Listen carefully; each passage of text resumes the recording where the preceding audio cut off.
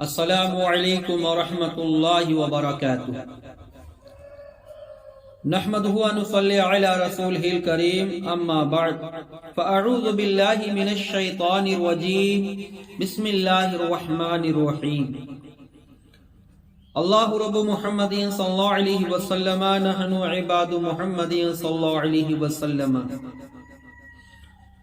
آج میں آپ کو ایمان کی کچھ فوائد حدیث مبارکہ کی روشنی میں آپ کے گوشے گزار کرتے ہیں، جس سے ہمارے اور آپ کے ایمان میں تر و تازگی آ جائے اور پختگی اور بڑھ جائے کہ رسول اللہ صلی اللہ تعالی علیہ وسلم نے ارشاد فرمایا کہ مومن کا آئینہ ہوتا ہے، مومن کم مشقت ہے، مومن دانا ہے، عاقل اور خائف ہے، مومن لوگوں سے الفت کرتا ہے اور لوگ مومن سے الفت کرتے ہیں۔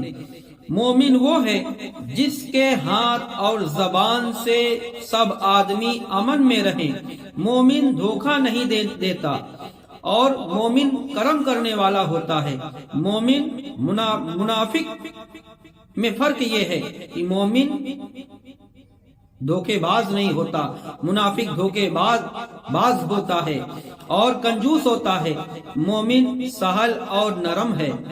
ایمان کی مثال حضرت نوح علیہ السلام کی کشتی کی طرح ہے، جو کشتی میں سوار ہو گیا اس نے نجات پائی، اور جو اس سے دور رہا، کشتی سے پیچھے رہ گیا، وہ ہلاک ہو گیا، ڈوب گیا۔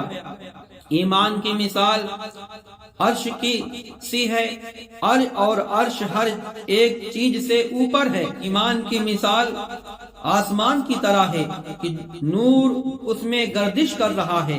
ایمان کی مثال آفتاب کی سی ہے، جب نکلتا ہے تو روئے زمین پر اندھیرا نہیں رہتا۔ ایمان کی مثال ستاروں کی طرح ہے، راہ بھولا ہوا اس کے سبب سے راہ پا لیتا ہے۔ ایمان کی مثال مٹی کی سی ہے، ہر ایک چیز اس میں اگ آتی ہے۔ ایمان کی مثال سونے کی طرح ہے، ہر ایک چیز اس سے خریدی جاتی ہے۔ ایمان کی مثال چاندی کی طرح ہے، اگر 10 درہم میں 1 درہم تانبے کا ہو تو الگ پہچانا جاتا ہے۔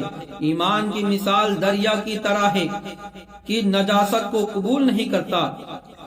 ایمان کی مثال شقائق نعمان یعنی گلے لالا کی ایسی ہے کہ زمین اس سے آراستہ ہو جاتی ہے۔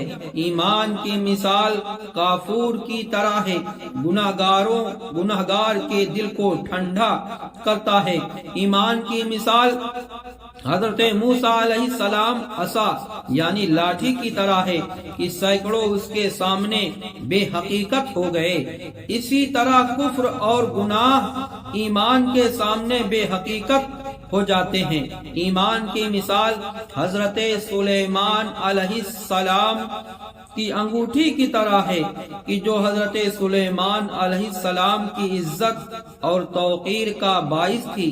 یہی حال ایمان کا ہے، جس نے ایمان قبول کیا وہ مالک اور بادشاہ بن گیا، اور جس نے قبول نہیں کیا وہ ہلاک ہو گیا، برباد ہو گیا۔